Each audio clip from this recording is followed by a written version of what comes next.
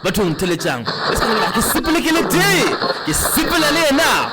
Hip hop is a lifestyle as you can speak. So It's local, but Seile Kontle, it's now international. You are now tuned into Skills Village Radio. What's up, my king? How are you doing? How are you doing, villagers? How are you doing, everybody? I'm TVP, the blind poet. Waity, brother, DJ Walker. If I don't have a good morning with everybody on Skills Village and pro disability, pro everything that we are doing to, Shloni, I've stopped using the words inclusivity. I have decided to use the words liberate us as disability. Yeah. Yeah. Let's liberate disability from ourselves, because if we as people of disability don't know how many opportunities that there actually are, because we are tired of sitting at home, because in sports we are starting afresh with the Northwest Province, which is a wheelchair basketball. We are doing great things this side, and I think me and you were speaking about what's happening. What can we do as an affinity, as disability? What can we do together? So, in participation to something that we were planning, Northwest Provincial Club Championship League has started something great with a tournament.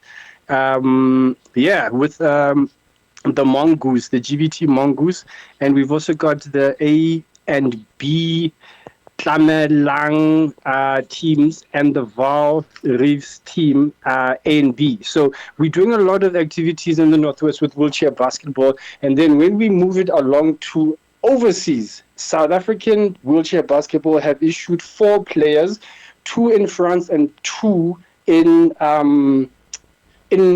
Spain. We are playing provincial international basketball as wheelchair players of South Africa, and we are getting deals across the board. So that's how big we are doing, starting it in 2026 on the Villagers Skills Village Radio. So as much as I've been preaching this and saying that as creatives, we need to be making money in 2026, you are now confirming that we have 4 wheelchair basketball players that are now international, and they are making money internationally, not La Mzansi.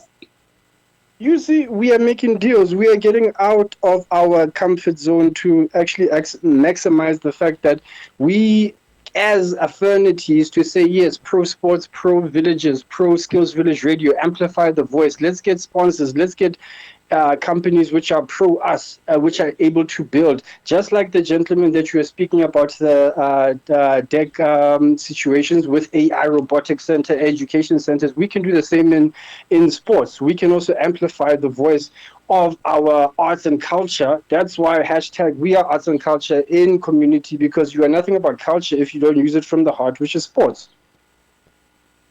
True. So that is so true.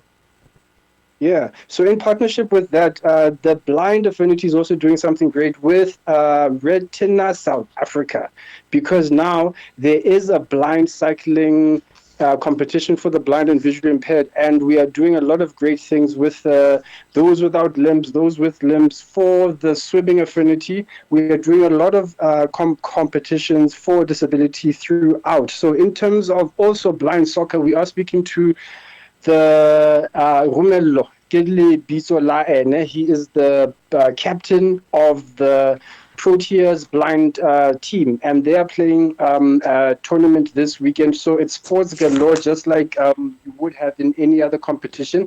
So let's get our gogos, our grandfathers, Abobuti, everybody jump out. Let that walking stick do something, man. There's sports out there for everybody under the sun.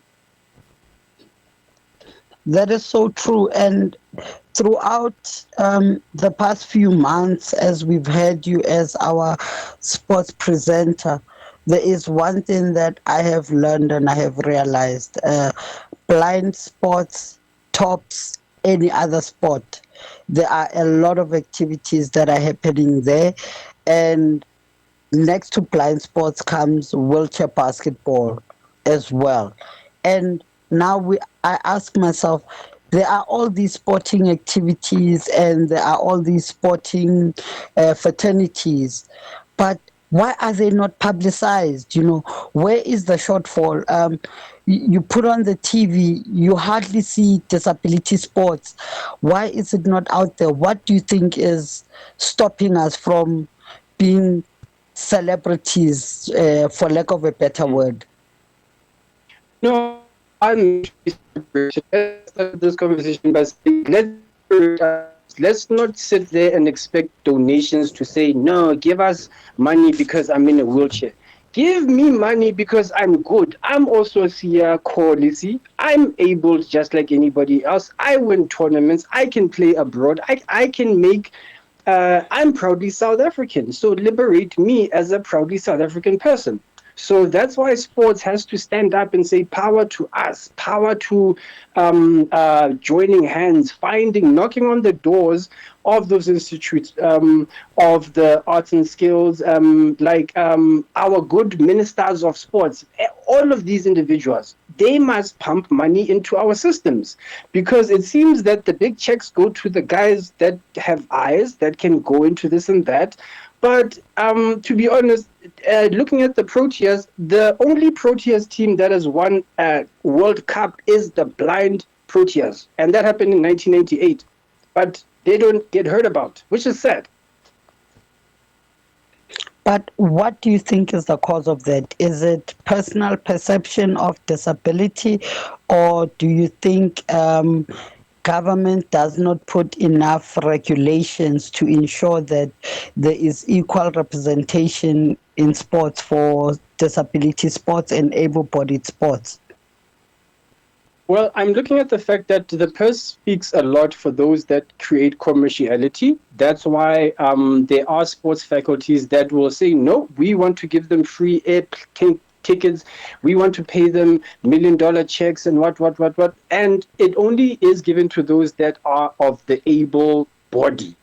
And that's the truth, because all over the world, not just in South Africa, there's a lot of people that I speak to all over the world. In Adelaide, I know affinities, I know coaches that train the Paralympics people, and we win gold every time with ATD VDS Square Academy, who trains people to train people of disability so they can become successful. So it starts from the little engine of money is given to Sports Affinity because of NPO status, but not as a company.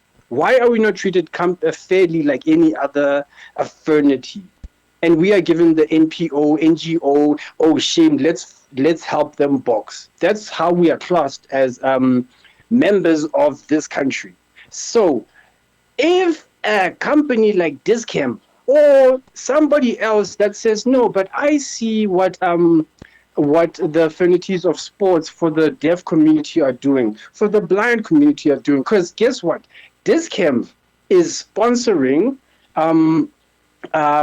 Retina South Africa is sponsoring certain elements of let's make this sport work. Sasol is sponsoring wheelchair basketball. But they're creating this as a matter of making South African championships. But it's only at lower level development. But when it comes to commercial value, only your Sia Kolisis and your your able-bodied persons are giving celebritism. Because why? I don't know. But it is a mockery for that, because we are getting gold just like everybody else. That's the truth. Now, that is true. That is true. And in closing, Tumelo, I would like to put this challenge out there. This is for me, for you, and our listeners as well. Let us create strategies where we'll be able to say, this is how we can be commercialized, and I think that should be our main focus for our following discussion next week, where we can discuss elements of how do we commercialize disability sports. Thank you very much for all the insight. Okay. Yes, okay, sir. but we'll talk about it later. on the scoop on the university being part of this, but we'll talk about it next week.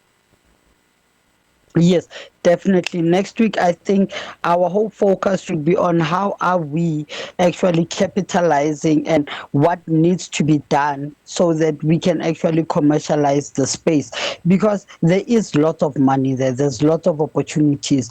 So I think our following discussion should be on what is the way forward. Definitely. Have a beautiful Friday, villagers. Pump it up, Mr. Tabs. DJ Walker, beautiful show, Arts and Culture, big up. Skills Village Radio.